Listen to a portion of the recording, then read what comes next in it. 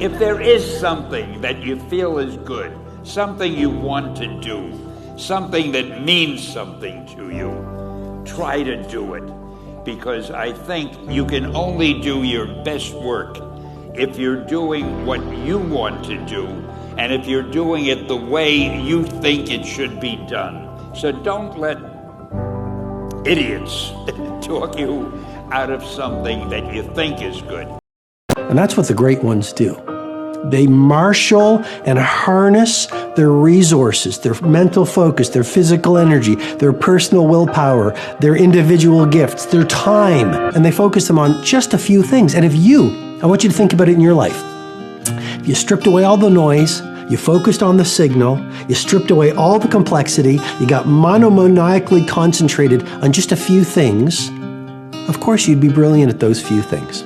We are told that if we're beautiful, if we're skinny, if we're successful, famous, if we fit in, if everyone loves us, that we'll be happy. But that's not entirely true. But the most important journey I think all of us will go through is the journey in ourselves, to find our truth, to find who we are and what makes us happy. There's no cut in the corner. There's no magic bullet. There's no cheat sheet. It's really simple, as complex as it may sound. Hard work. Work hard. Believe in yourself. They tell me all the time, Chico, that's another name that I got, by the way. They say, Chico, you're so lucky, Chico. I say, man, you know what's funny? Harder I work, luckier I get. It's really that simple. Short steps, long vision. The number one thing that's going to change your life, the only thing that will change your life, change your business, change your money, change your relationship, is you must raise your standard. Now, I know that sounds boring, stupid, basic, but it's the truth. The only thing that changes our life long term is when we raise our standards. You know, it's always a little bit frustrating to me when people have a negative relationship with failure.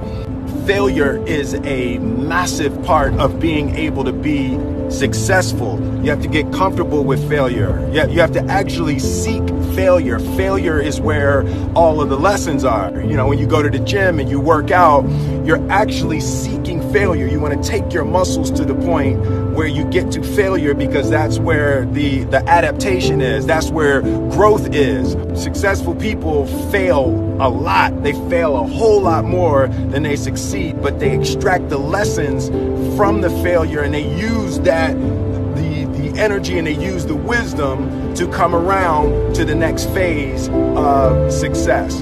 Do you have any regrets? No, don't have time to regret.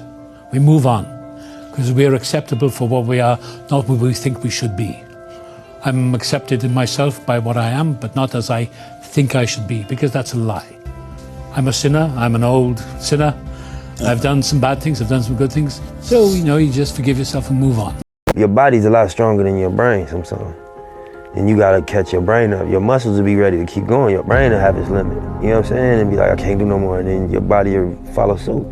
But when you can break the mental barriers, you'll notice, damn, I could do way more. I was crazy. You know what I'm saying? I had way more in me. So I think that's an example of like feeling like you can't, like you exhausted, or you about to, you know, you overwhelmed, and then being clear that, you know, this is just how I feel to be pushing yourself more than you ever have, demanding more. You know, that's just the natural way it feels. When you press your line and press yourself to produce more and to be better, you know what I'm saying? All I have to say is that this is hard work.